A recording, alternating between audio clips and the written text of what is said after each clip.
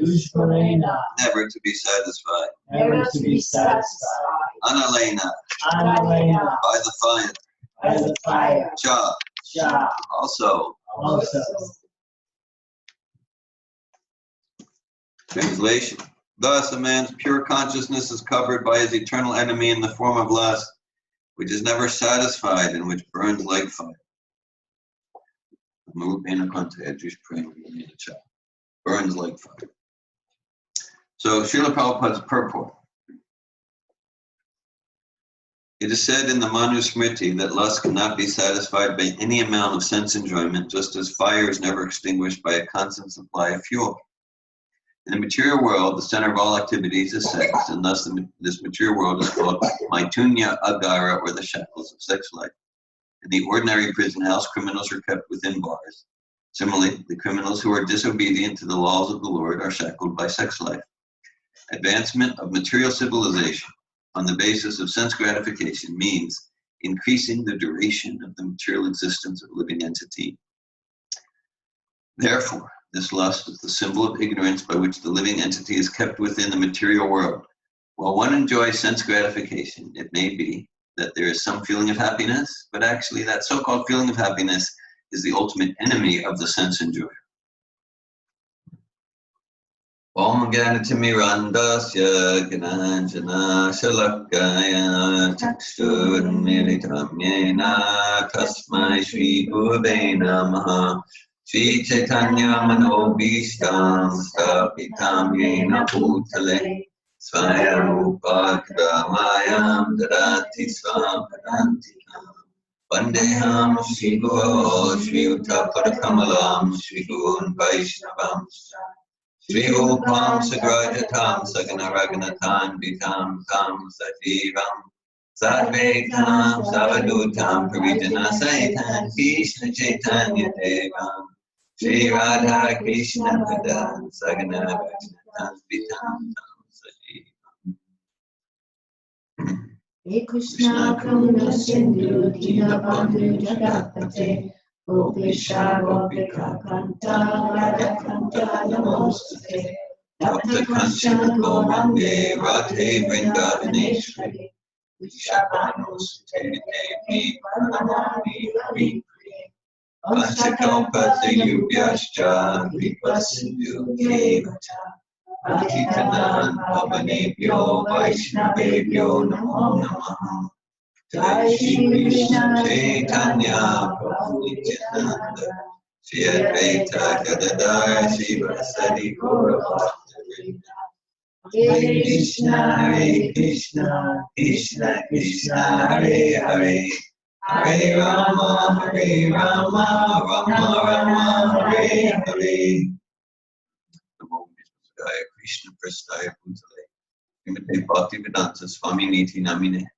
Namaste Saraswati Devi Gravani Pracharini Nirvishesha Shunyavadi Paschatitesha Charini. Text 39 of chapter 3 of Bhagavad-gita as it is.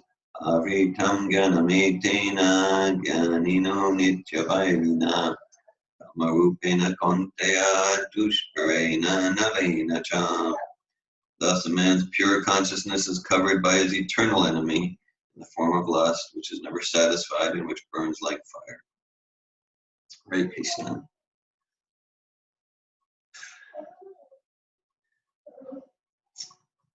I'll preface by saying whatever impressions you may have gotten by Dominique's online announcement about the program, I'm not going to be dancing like Elvis Presley. You're not going? So that's what the program Everyone's is. walking out now, yes. It was in my dream. Well, We're recreating my dream. That's what people can do. and that's why I'm announcing it up front, so there's no false advertising. Yeah. Well, if that's the case, I'll take my lead. So this is a metaphor, an analogy. Material life is like the prison house. In a sense, it's not an analogy; it's the real thing. This world, a name for the material energy is Durga. It's described in Brahma Samhita. Brahma Samhita, this is realizations of Lord Brahma. the chief manager of the prison house. Svishti stiti palaya sadhana shakti rekantayeva yasya bhuvanani vibharti durga ichana upamapi yasya chacheshta tesa govinda mari pusham tamaham bhajami. Vibharti Durga. Who knows what Durga means? Fortress. Fortress, prison house. I already know you know. I'm sorry, it just came out of my mouth. It's very interesting. So Durga, maybe Kali, Kali is well known, more and more well known demigoddess. Anyway, so a name for that supreme demigoddess is Durga, and so what Brahma's realization is that so Durga, material energy. So this world is a prison house, but Durga's she's like the warden, and so she has the task to manage the criminal. Who are those criminals? Oh, I don't know. Not me. Right. So right. Okay. So the basic analogy, the basic metaphor, is that this body it's the prison cell, and the senses are the bars. The body is the prison cell. The senses are the bars, and so that by pursuing the pleasure of the senses, we're imprisoning ourselves in the Durga, in the fortress of material existence. Okay, so we can look at, well, actually, in thinking about it, perhaps a limitation of this metaphor in some ways is because for the most part, in prisons, in jails, the prisoners know they're in prison. They know they're in prison. I mean, there could be like a special mental ward where like a prisoner thinks he's Napoleon Bonaparte. And it's like, prison? I just conquered Europe. What do you mean prison? Well, now it's time for your meds. You need to go back to your cell. For the most part, they know that, I mean, within prison, they're trying to make a better arrangement. But here, it's kind of like, prison, what do you mean? I'm enjoying like anything. This is a gift from God. Yeah. So then we got like personalities like Jesus or Srila Prabhupada, or Krishna himself, who come and like, in one sense, to try to get us out of prison, but even more primarily to convince us you're in prison. That's like their mission, to convince us that we're in prison. Because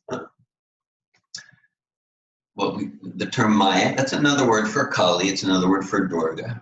Maya means illusion. And so there's different facets of Maya, and one facet is called Avaranatmika Shakti.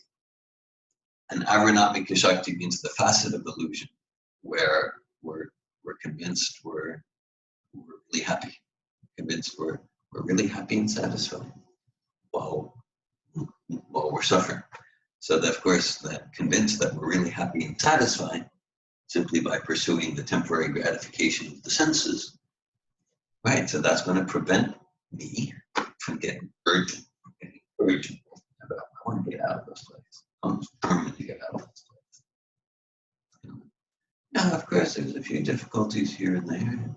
Doing better than him and better than her and better than last year. That would happen. So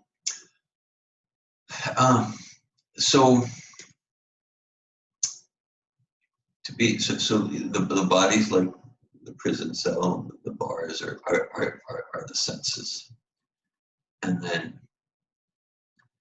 so to take a look at to what extent am I using my mind and my senses for my highest life purpose, the highest purpose of all life, and especially the human form of life. As Teilhard de Chardin said, human beings having a spiritual experience. We're spiritual beings having a human experience. The highest purpose is to realize who we are as spiritual beings, as spiritual beings, and to realize that the nature of myself as a spiritual being is to serve the Supreme, to serve He who above whom there is no one. And that's so that realization, that's the get out of jail free card. Prabhupada would often say, he would present, he said, this chant Hare Krishna, chant Hare Krishna. He said, it's free. There's no cost. There's no cost. It's not a secret mantra. You don't need to pay me $35. He said, it's free. There's no cost. It's a get out of jail free card. Because in this mantra, Hare Krishna, Krishna Krishna, Hare Hare, Hare Rama, Rama Rama, Hare Hare. The mood is, my dear Lord Krishna, please engage me in your service. And then that's the fulfillment of the soul, to make a distinction between pursuing pleasure of the senses, pursuing the pleasure of my mind and senses. So I pursue pleasure of my mind and senses. I'm in prison. Now that can be in various degrees. Some, or maybe all of you have heard me tell my stories from the early 90s, 92, 93. And the director of the ISKCON prison ministry, his name Chandrasekhar Das. I haven't seen him for a few decades. Very, very inspiring devotee, Chandrasekhar Das. And after Alachua, he went to New Orleans, but he was based in Alachua in those days. And I first came to Alachua, Gainesville in 1992. And then somehow we hooked up, and he goes, oh, you want to come with me? We do prison preaching programs. And the first one, so it's far away, it was at Eglin Air Force Base. We drive to I-10, past Tallahassee, almost to Pensacola. And there's an Air Force base, or military base of some sort, I think Air Force. And I didn't know where we were going. I was there, long ride. And we turn in. Really, one of the first things I saw was tennis courts and people playing tennis. So I assumed, oh, this must be like the generals of the base or things like that, because of the sign. And then, anyhow, so volleyball courts. I saw there was no barbed wire. Anyhow, so then we went through the protocol. Got into and it turned out this was a white-collar prison for white-collar crimes. And it was actually the prisoners playing tennis and volleyball and things like that. Okay. And so, there was one devotee there who brought us in, who was a prisoner. And now the prison ministry is headed by Bhakti Lata Gautier for many years. Very steady service there, wonderful service. And we had like a group, about 20 of the prisoners. For most of them, it was their first kirtan, Bhagavad-gita. But they were probably said, oh yeah, they said, tomorrow we're having a state senator being admitted to the prison. They were very proud, and we had, most of them there, they were like bank man. Yeah, I was a bank manager, did some things I wasn't supposed to do. So these were not violent criminals. So the idea, it was a first-class prison. Prabhupada used the term shackles. I think that's also from biblical Christian. The shackles of the soul is six is lust, six desire. So this was first-class prison. So there's no barbed wire, but there was a line, and if you cross the line, then you go to maximum security for the next 10 years. So it's not like they were free. So the goal is the ultimate goal is not to make a better arrangement in the prison.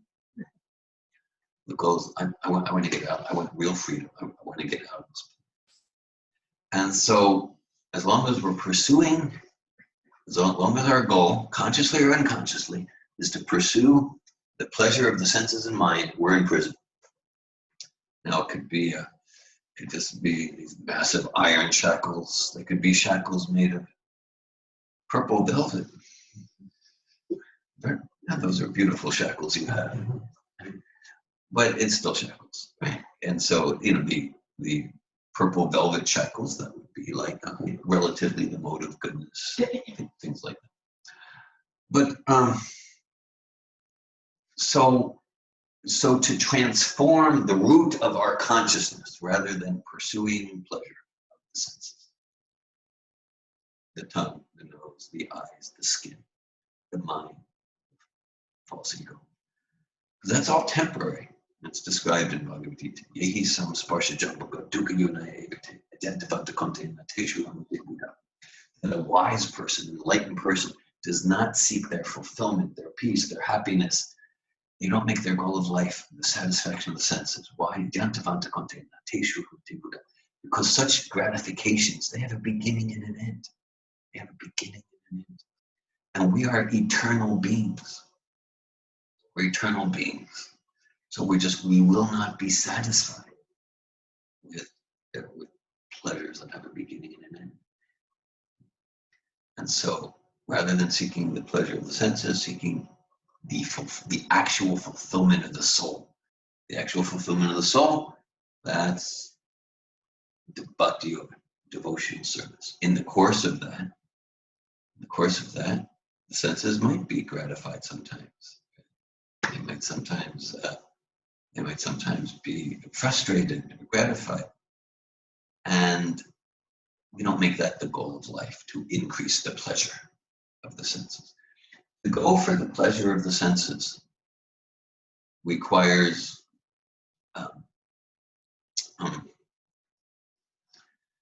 it requires no particular effort. It's essentially animal life. It's essentially animal life, right? Like that's what the animals are doing. They're pursuing the pleasure of sex, desire, and tongue, and smell. That's it. So there's nothing distinctively human about making that the goal. Now, to actually achieve, not probably like, okay, there's some happiness there, but there's like the illusion of happiness, and then the actual fulfillment, actual happiness. Okay, now that requires effort. That requires willingness to get uncomfortable.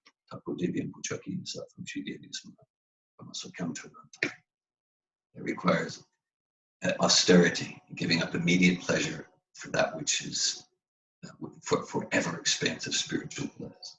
That requires that's something that's a real achievement. It's not just being a slave to the prison wardens of the senses. To go for that bliss that will never be crushed by time. And that comes from the soul turning towards itself in self-realization, realizing I'm not these senses, I'm not this body, and the soul turning towards the supreme in a spirit of loving devotion. So that's okay. And then what gets in the way of that? Misidentification of the self with matter. This is the root cause of all fear. Fear, anxiety. This is the root cause of all fear. And to come out of that conditioned illusion, that conditioned misidentification, that requires effort, that requires commitment. Okay? It's not a cheap thing. It's not a cheap thing. Yeah. So the Krishna describes in the 8th chapter of Bhagavad-gita, the nature of this place, it's a temporary place full of misery. And Prabhupada's describing here that this lust is the symbol of ignorance by which the living entity is kept within the material world. As long as our goal, in the depths of our consciousness, is to pursue temporary pleasures, we're in one prison cell after another. Maybe a nicer cell, or a straitjacket, whatever, but some cell. In regards to the temporary nature, now, yesterday I was at the copy quick shop in Electra. It's a nice place, nice people there, and I know you. They know me, yes. I'll print something out and Oh, really? saw your name. Oh, we know him. Oh, you know him, really? Okay. Yeah, we have a friendly relation. There's 3 of them, and we have a friendly relation. It's like a small shop, and yeah. So anyhow, so I was there at the counter while they were taking care of the scanning, whatever it was.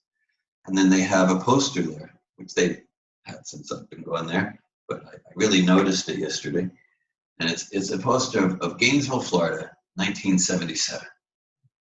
And it has like, it's very nicely done.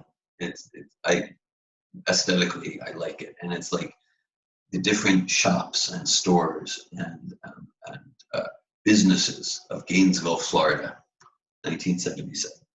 So 77, that's 42 years ago.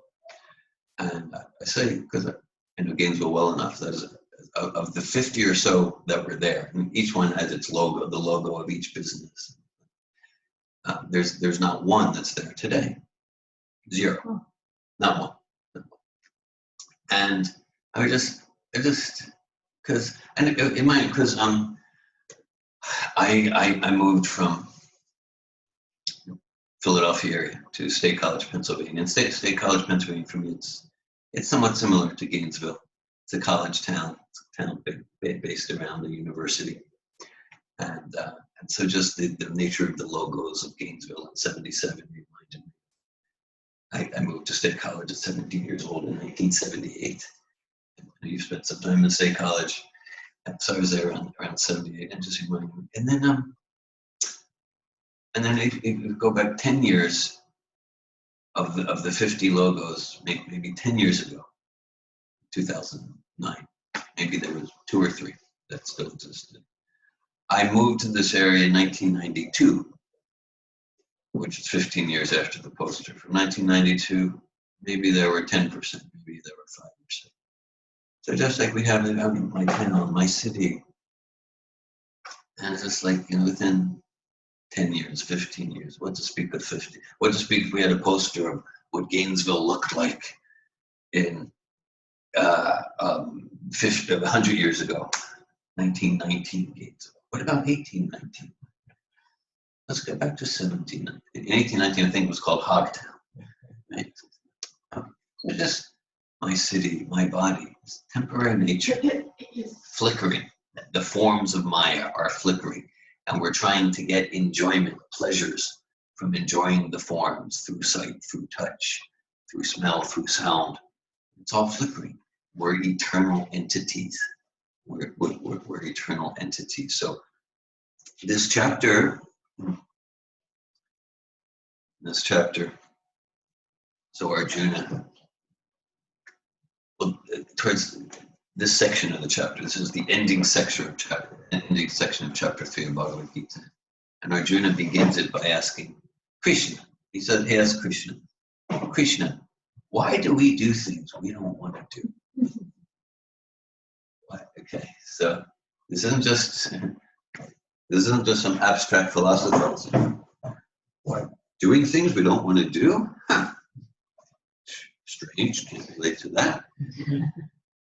Okay, so every day, spending hours doing things we don't want to do. Why do I do? And then the next thing, why did I do that? So Arjuna asks that question, and it's addressed here.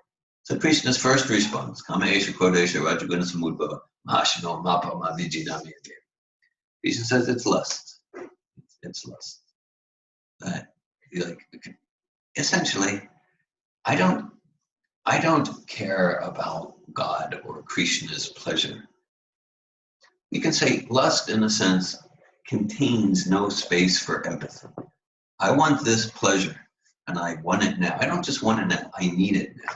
Now, it can be just a very overt sensory pleasure, or it could be the pleasure of being recognized and honored, the pleasure of getting back at someone who dishonored me. It could be a particular profit or a sense of distinction, but I want it now, I need it now. And it doesn't matter to me at all what you think or feel. I just need that. Now, maybe if we have, maybe in terms of diplomacy or politics, to get what I want, to fulfill my lust, I'll make you an ally, and I'll show you I really care about you. That's material. So, okay. So Krishna says, well, that's it. That's why we do things. That's why we do things that are against our best interest. We do things that are against the actual fulfillment of the soul. Things that are against the actual fulfillment of the soul. And so,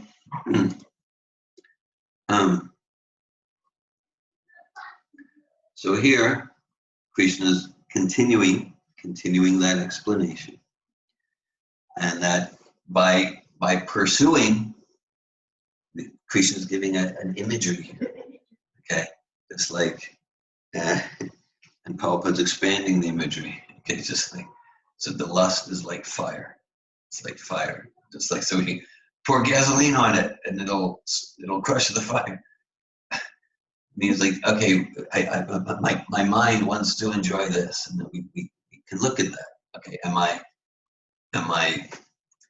using my mind and eyes to use the internet for my spiritual life purpose, or is it using me? If it's using me, then I'm in prison. I'm using my tongue to nurture my body, to use my body in self-realization. Where's my tongue and belly? Are they using me? Are they whipping me around? Okay. So it's described in Bhagavad-gita, the mind can be our best friend or worst enemy. And when it's out of control in material life, then it's our worst enemy. It's taking ourselves away from ourselves, alienating. It's moving us to deeper forgetfulness of who we are as spiritual entities, and that's pain. That's the suffering of alienation. And so we say, well, okay. There's a prayer or a statement by I've heard it attributed to Saint Augustine. Saint Augustine said, "Oh Lord, please give me chastity, but not just yet." I'm starting. Yeah, sorry. Please, just give me pure devotional service with no more desires for sense gratification, please, Krishna. Not right now. After I finish. Yeah, just as soon as I just need to check this one more thing, and starting November 1st. Well, no, January 1st. No, but definitely. By the time you're 50. When I'm 60 years old, for sure. I'm going to be sincere then. I'm sincere about wanting to be sincere then. Oh, Krishna. So, because then so now I just need to satisfy this one thing first. Just this one thing. That's it. That's it. You got it. I feel understood. But then we satisfy that one thing, and our mind has convinced us, then I'll be a pure devotee.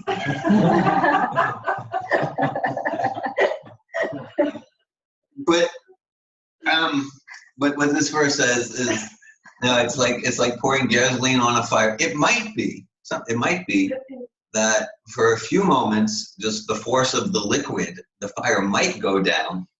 But what happens a few moments after that? The fire is bigger than ever. And then there's just 8 or 9 more things. And that's my pure devotional path, obviously.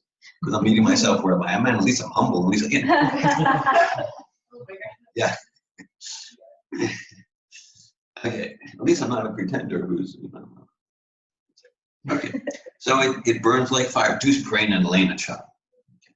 This is to the one line in the verse that kind of made an impression on me. Dus praying means burns like fire. The fire. I've heard you say that. Yeah.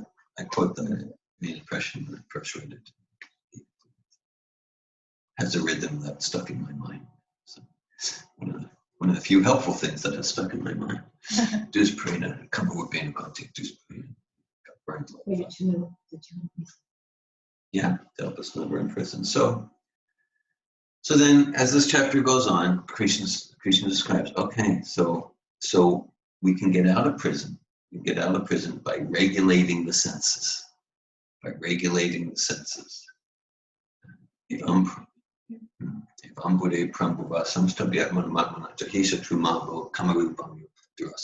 That's the last verse of this chapter.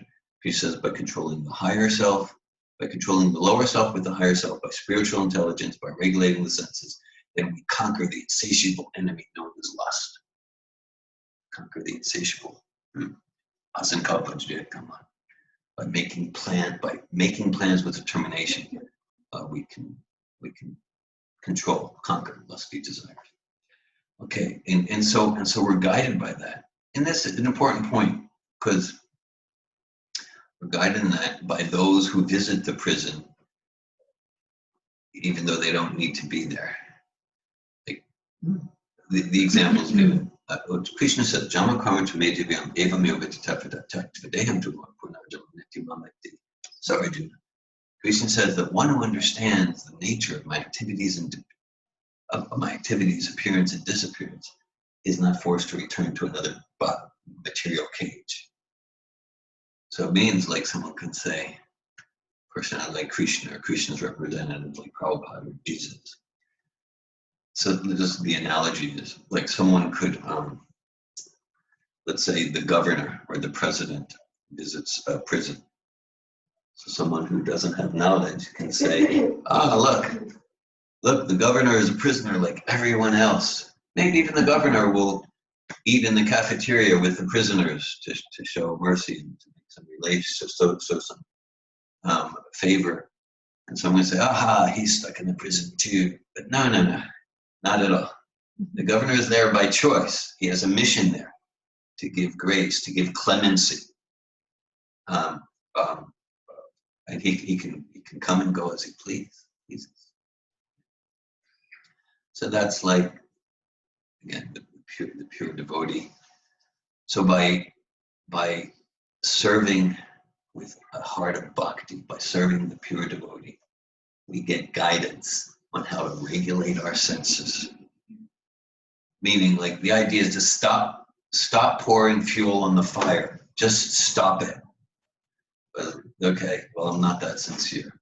Okay, so at least regulate it. Where it's like, okay, at least regulate it. I'm going to pour less fuel this year than last year. There's some regulation, and we get a high by chanting Hare Krishna, by chanting the names of God, following this process, engaging in kirtan, reading Bhagavad-gita, we get a higher taste, more inspiration to regulate, more inspiration to regulate. So that so we were talking about this yesterday when we were talking about Prabhupada's discussion about how that, yeah, so by cultivating the mode of goodness, that's like the demigods, for the most part, they're also in prison, but they're in the mode of goodness. And we can give the example, like the demigods are like they're maybe prisoners who've been there for a while, but they showed good behavior. They're still in prison, but they have some responsibility in the prison. Kali's not like that. She's more like the governor.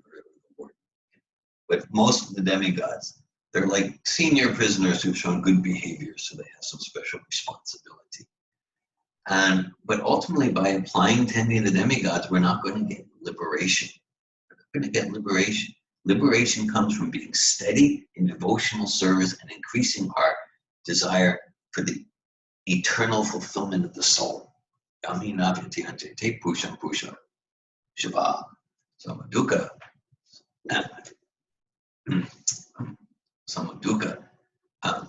sukha sama yomitat by kapita. That Krishna says, liberate means liberation from the prison, means one who's not disturbed by the happiness and distress, the pleasure or displeasure of the senses, one who's not disturbed by that, in a steady devotional service amidst it all.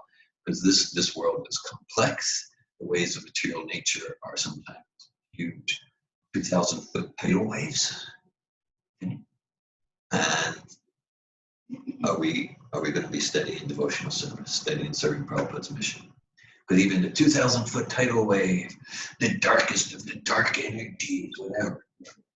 Chanting Hare Krishna is trillions of times more powerful than all of them. And that's an understatement. So, but the nature of Maya is to play with the part of us that wants to go away from Krishna consciousness, the part of us that wants to go away from spirit. And so whether things could be going really nice and that becomes a distraction. Things are going terrible, that becomes a distraction. To liberate ourselves from prison, Yom Mitatveyak Bhaya Kalpitan.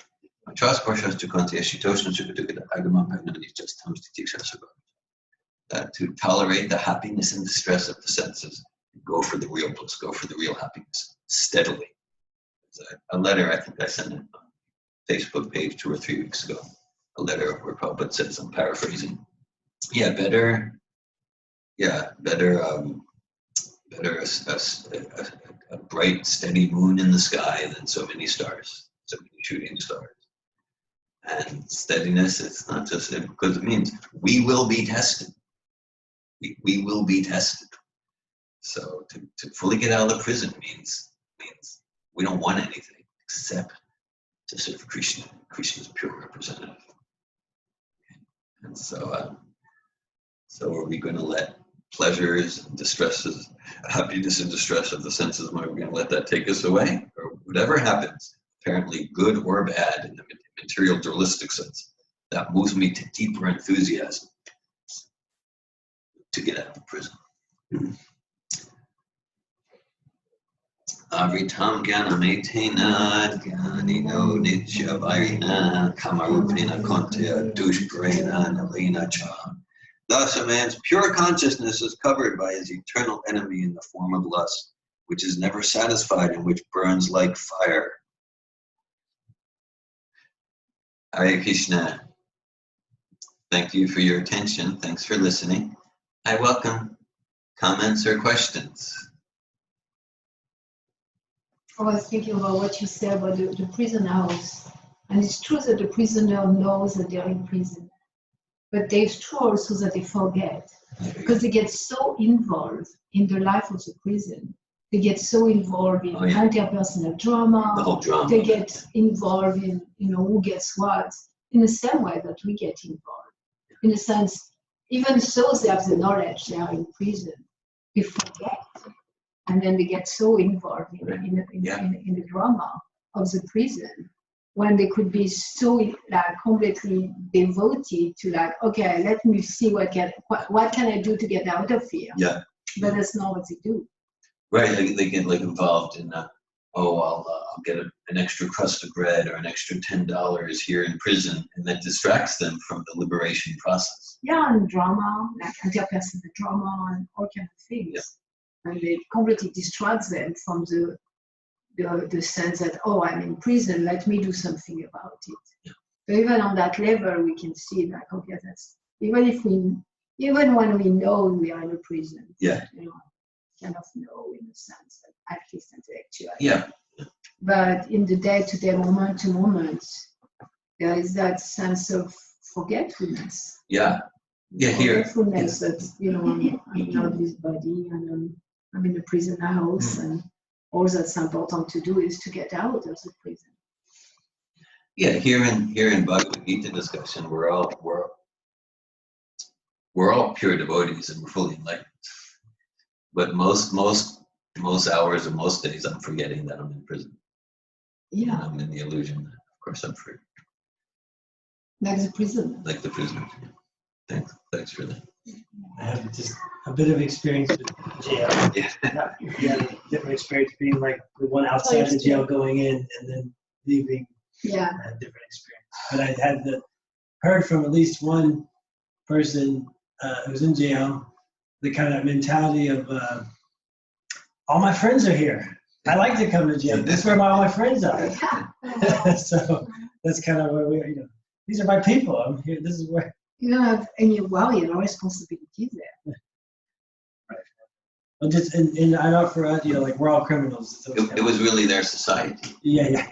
Like friendship and love. And for us, and not being in the jail, but in the material world, with that mentality of yeah, this is forgetting, thinking like, oh, this is where I belong, or this is my, I mean, criminals are my friends.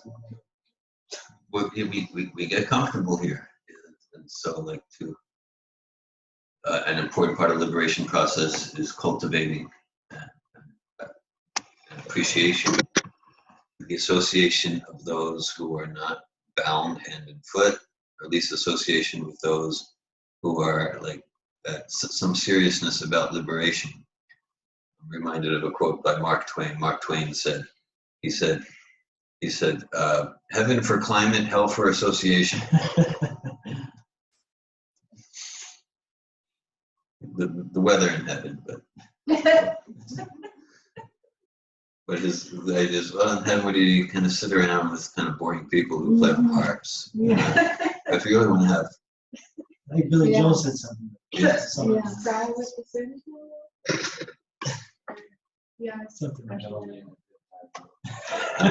that's it. Recently, I had a coaching session with a client,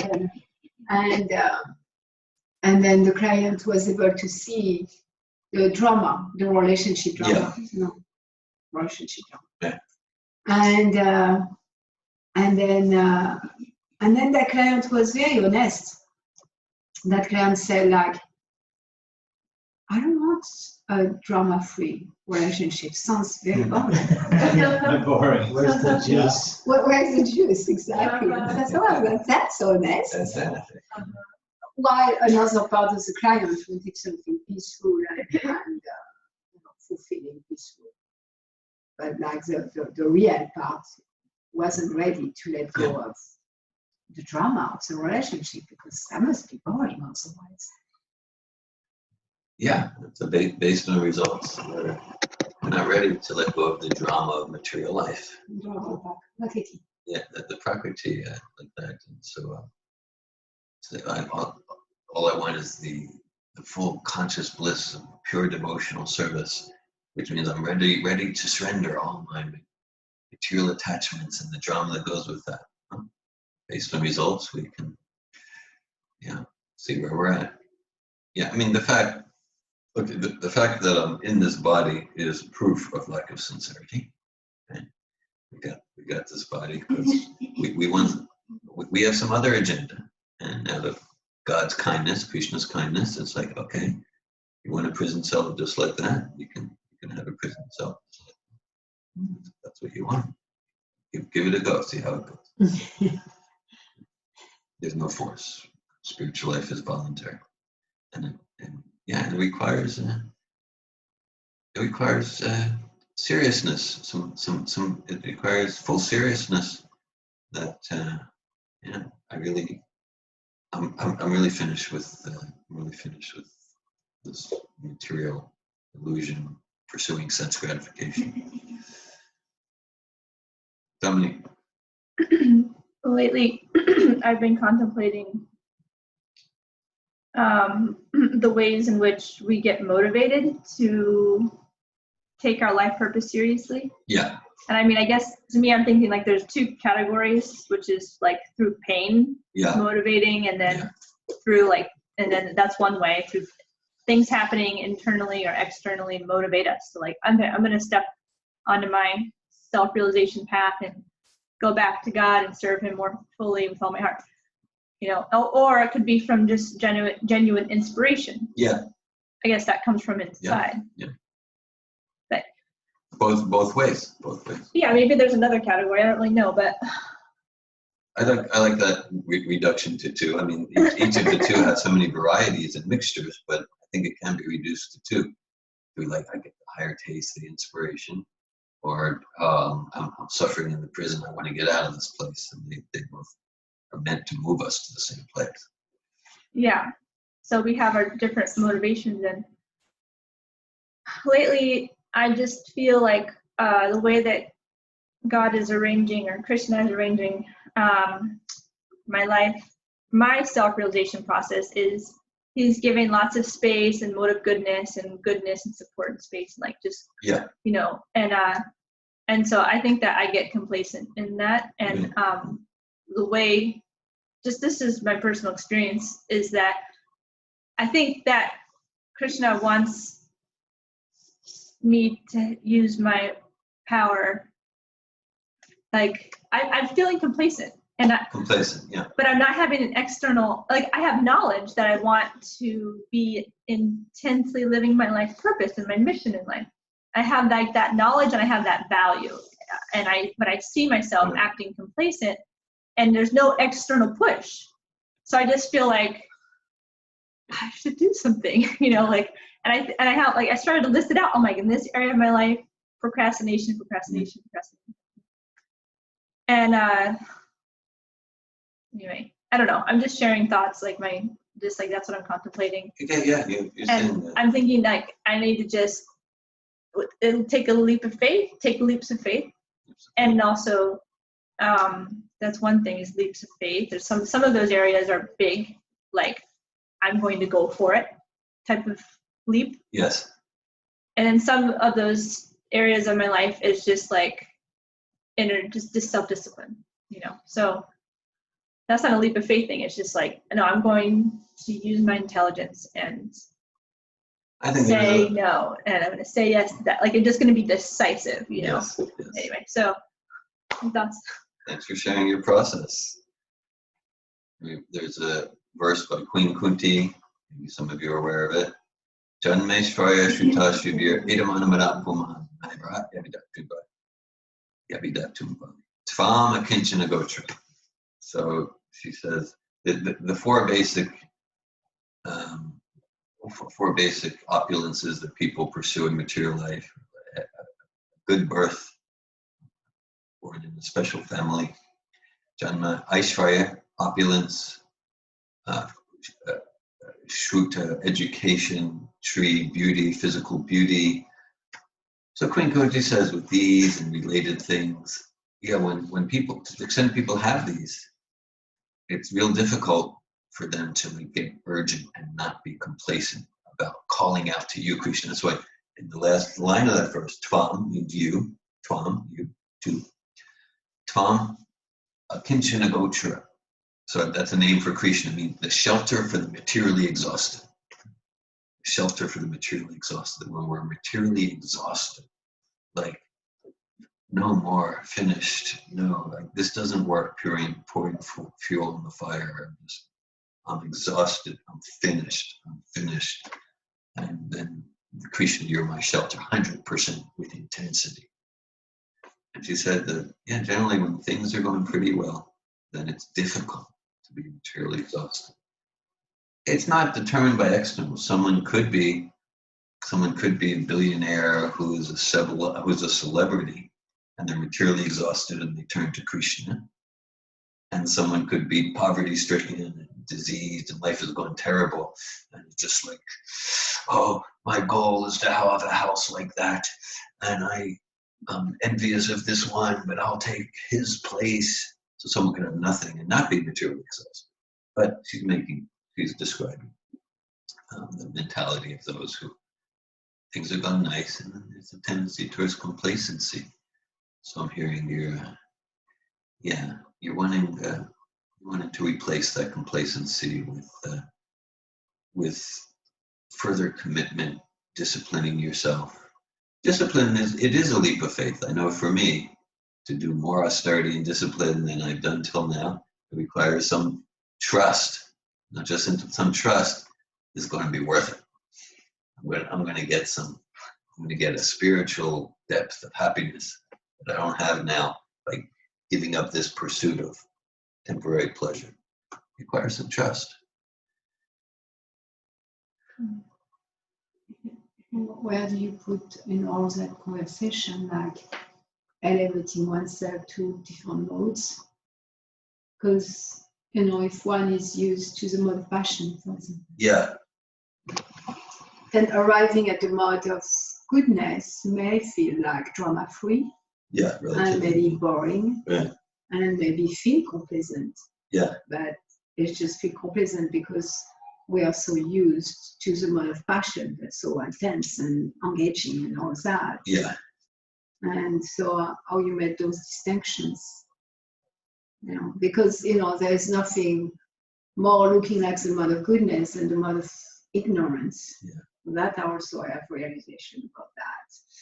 But so there's a lot of distinction there. That goodness can look like ignorance. It can. Ignorance can look like goodness.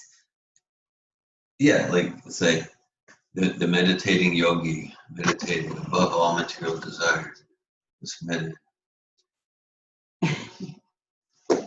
Yeah. And if the yogi falls asleep, it's actually mode of ignorance. When do you know it's complacency that that is experienced, like Dominic was sharing, and when one knows that no, what I'm experiencing right now is landing into a mode that's very foreign to me, and so the push of the other modes are still there, even so I may not engage with them.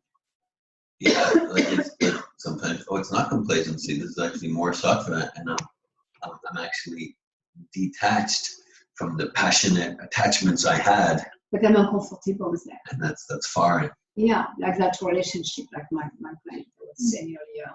Like, okay, like let's say I'm attached to drama right now. But then at one point it just, enter a zone of drama free. And then in that zone of drama free, you may feel empty or void. And then I may feel some urge inside to go back to the drama. And however, that uncomfortable feeling may be interpreted in so many ways, including, complacency, when it's not necessarily complacency. And I'm not speaking for you, Dominic. I'm just exploring because I have that question within myself too. When there is not much to do, like I'm landing in a place where there is not much to do, and I can stay here. And then is that complacency? I'm always asking: is that complacency, or is it like landing in a place of having space and using that space? Like properly in the service of Krishna, without the intensity that, Raja is intensity. Mm-hmm. Yeah. So there's nuances and distinctions there, I believe. Yeah, so we experience our experience, and then I think that those nuances, because our experience can fool us, right? Our experience is not unfiltered. Conditioned life. So that's where taking shelter of higher intelligence, like reading from Bhagavad-gita, hearing the symptoms, being guided by Srila Prabhupada's instructions, morning program each day, 16 rounds per day, or some that's where God, because otherwise, I'm feeling this is kind of empty and boring, but maybe it's really sattva, maybe it's this, maybe it's that. And so we can, let our processing of our feeling and experience be guided by sources of infallible wisdom. Mm-hmm. And then, because then it's like, I might feel this or that. Not that I want to ignore it. I want to notice what I'm feeling. I want to process it with the guidance and then the context of higher intelligence that isn't subjected to the modes of nature, with my feelings. Yeah. Yeah, I heard Srila Prabhupada, I heard in one of the class, Srila Prabhupada say, if you have some time, just chant Hare Krishna. So it doesn't say if you have some time, just get busy and do something. It's like, if you have time in your schedule, chant Hare Krishna.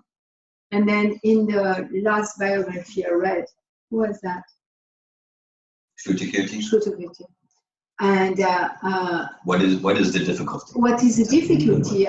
There is something that stick with me that Prabhupada says there, that like Shrutakirti Prabhupada says, is like, like when you finish eating, then you can go and play with Danga, and when you finish playing with Danga, he moved from others to him, I write letters, and when I have enough writing letters, and I will do some bhajan, and if I have enough doing some bhajan, then maybe I will do the transcription. That what he was saying is that we can arrange our life in such a way of putting activity throughout the day, and there was no passion in what he was saying, just putting activity throughout the day, connected with Krishna, and that gives us variety enough that there is no gap. Yes. Like, okay, well, when you're finished that, you can read for an hour. Yeah. And then when you're finished that, you practice for, harmonium and song. Or, yeah, to be responsible to arrange our life, that we're engaged in a variety of Krishna conscious activities, up to 24 hours exactly. per day. There's one letter, a few letters, where Prabhupada says, oh, and if you have some time, read profusely. Yeah. Same thing. Yeah, if you have some time, chant. We chant 25 rounds. Because we can fill up 1,000 hours per day with Krishna consciousness, but we're just like we have to be busy. We do the bare minimum. Like, oh, what's there to do? And then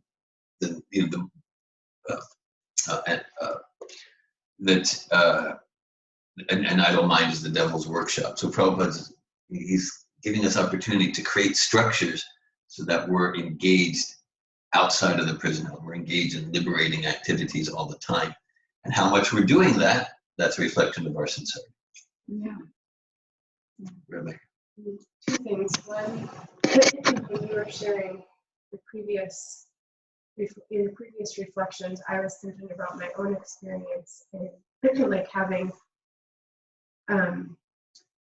more detachment in regards to in relationships, like in experiencing that and feeling like, what am I pretending not to know right now? Like, is this a false transcendence? Like something wrong with me?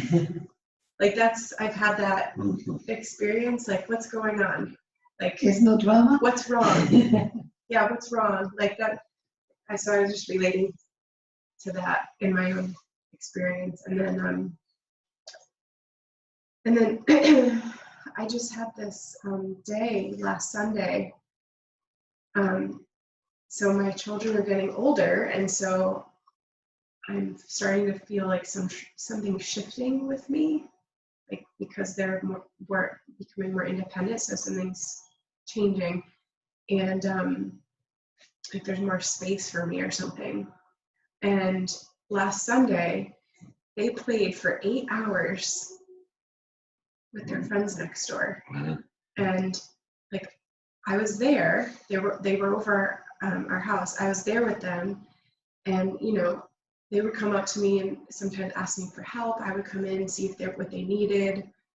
But it was so and in that, with that, I was doing some dishes, and then I sat down and played. I did a kirtan, and then I got up and I made some popcorn for them, and then I went into my room and read Bhagavad-gita, and then I got up and I helped them again, and then I went and I chanted some rounds. Like, it was just like that kind of, I felt so light.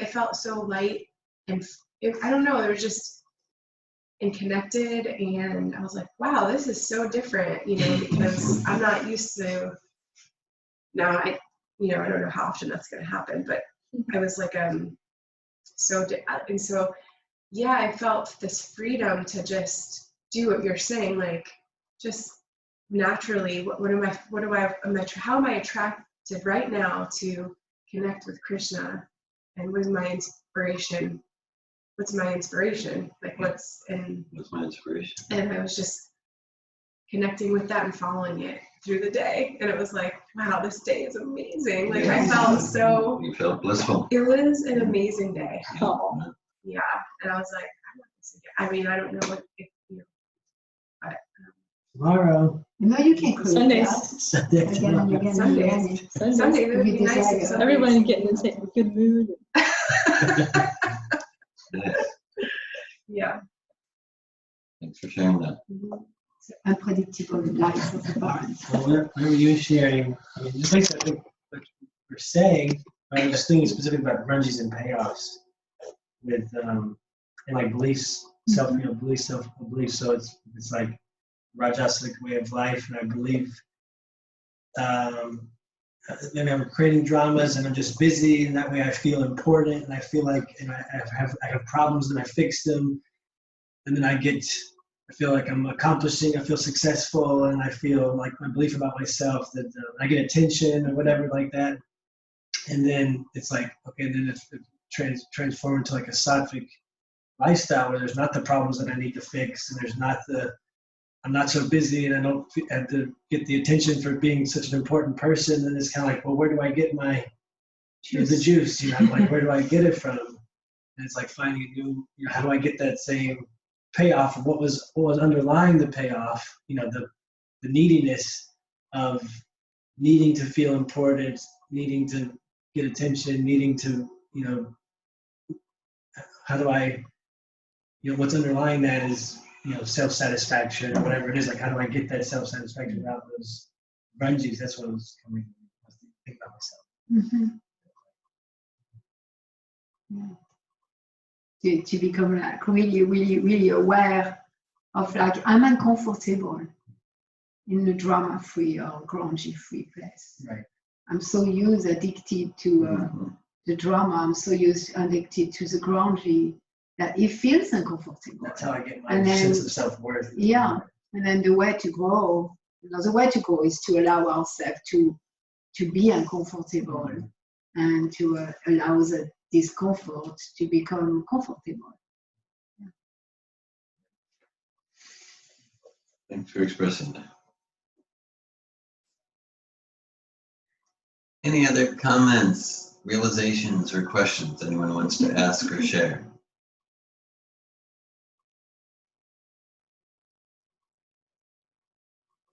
How do we make the best of a bad bargain? Prabhupada uses that term. Making the best use of a bad bargain.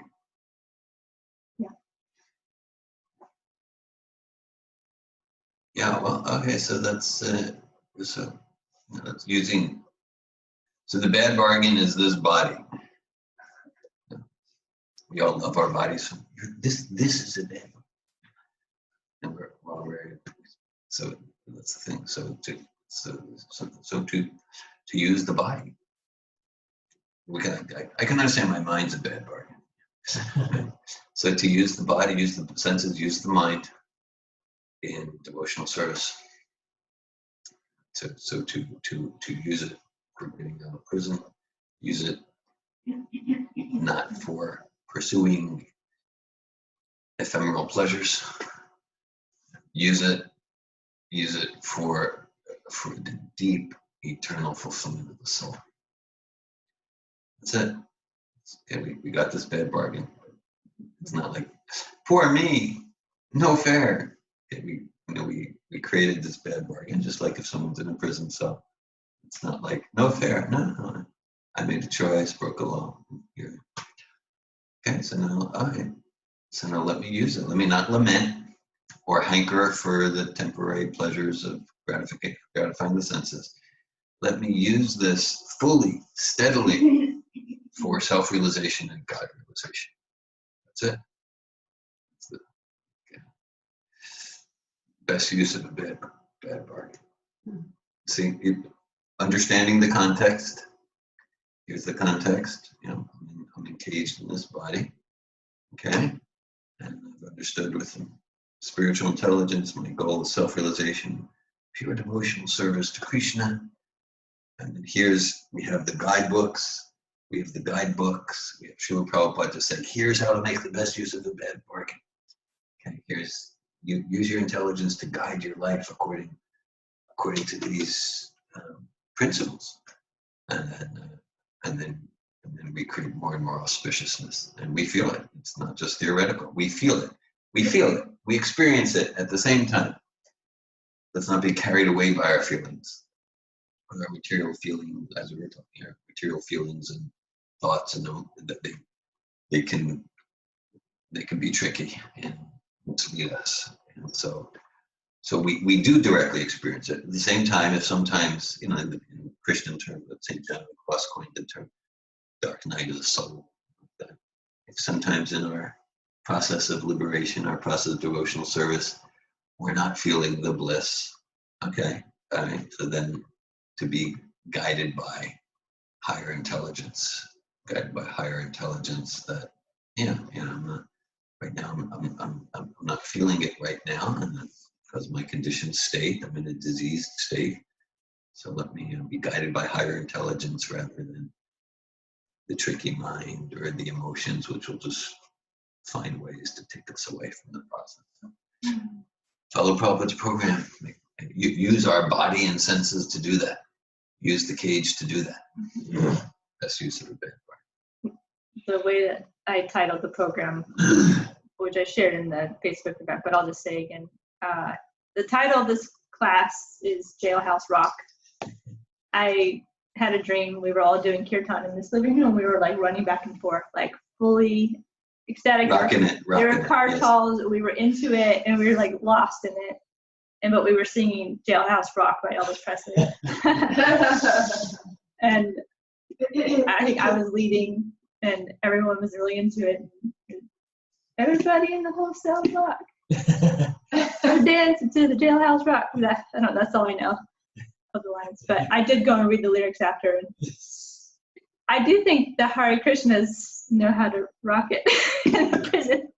Like, okay, we're here. Let's serve each other. It's, kirtan, prasadam, and get enlightened and help each other. I think there's a lot of like hope in this bhakti yoga process that Srila Prabhupada gave us. It's very like colorful and illuminating and beautiful and tasty. Like, it's like it does. I'm thinking of all the senses being like really satisfied in this process. This process, this philosophy is very pessimistic and hopeless about material life, and fully optimistic and hopeful about spiritual life. And we can experience freedom in one moment by absorbing ourselves in Bhagavad-gita, in kirtan.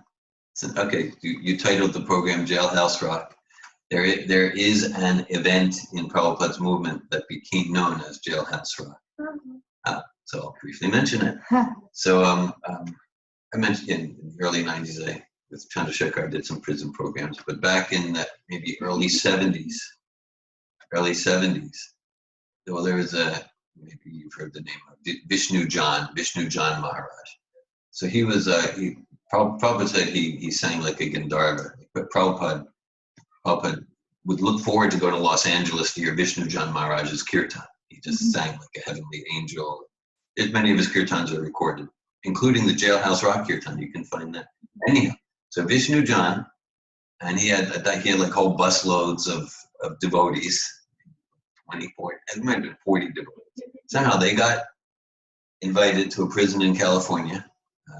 You can find it online, and there's many descriptions of that program. They got invited, and Vishnu, I think even his lecture there is recorded. Okay, and then so lecture. And there was many prisoners. I don't know the devotee, maybe one of the first, maybe the very first. Srila Prabhupada did prison programs. Maybe.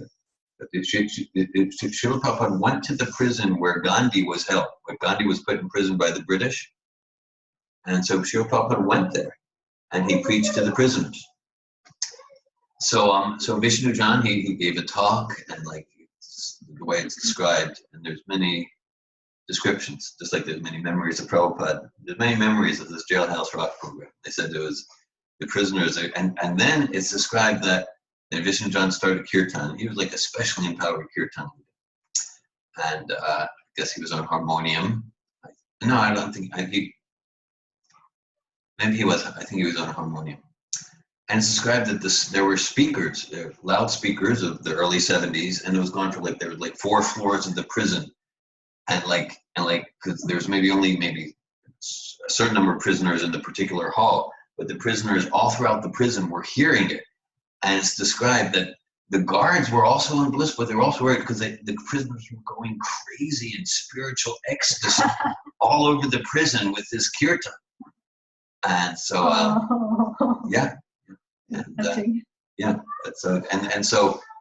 so that program became known as the Jailhouse Rock.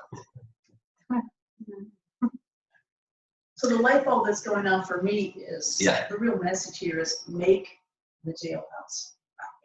Make the jailhouse right. I Nice. mean, I'm Beautiful. feeling a little something Yeah, that's succinctly. in more ways than one. Yes, make the jailhouse right. Thank you. I'll take that with me. That Yeah. concise essence. I think this one about make the best use of a bad bargain. John Laksh's wife, Nanda, she said that at the memorial service. Yeah. And it just whenever she said it, I just got like the real realization of it. Like I never heard it before, but it was like, oh yeah, that's it. And like his lifetime, his passing, like was really the best use of a bad bargain. Yeah. It was so purifying, such a beautiful experience for the community and everything. So I really got it whenever she said that. Thanks for sharing that, because that does bring up. Okay, in his situation, he wasn't too old, maybe mid-60s, and he got into this cancer diagnosis. That's a bad bargain, and how he used it was it really rocked. Such an amazing use, not just for him, but for dozens, hundreds, maybe thousands of people. The way he used that bad bargain, it's inspiring for you. It's inspiring for me. So that's a great example.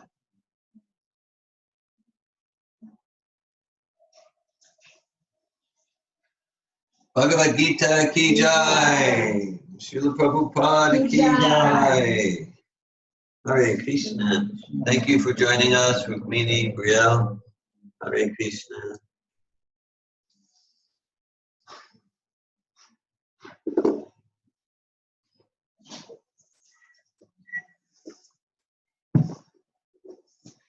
Okay. Determine who's going to rock the kirtan. Oh, I'm gonna do the kitchen rock. Patrick. We didn't have a Patrick Kirtan for a while.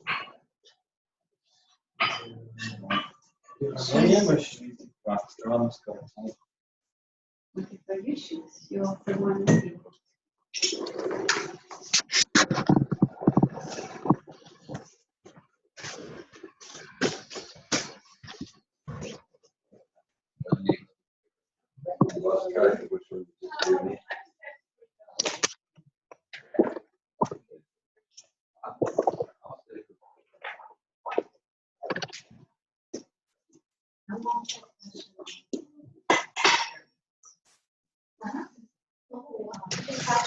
Yeah. Okay, start right now.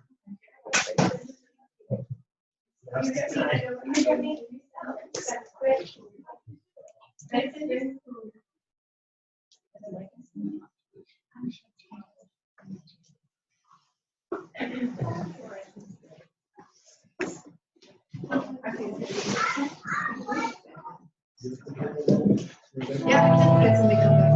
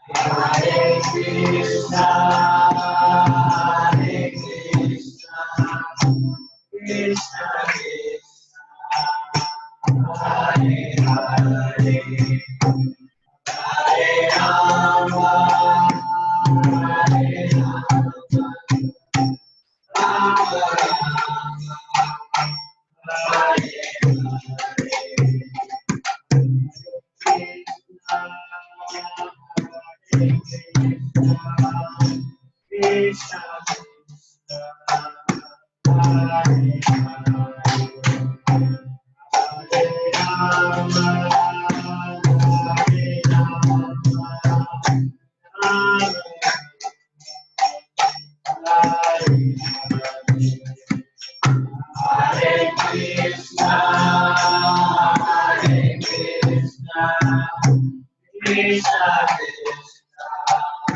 Hare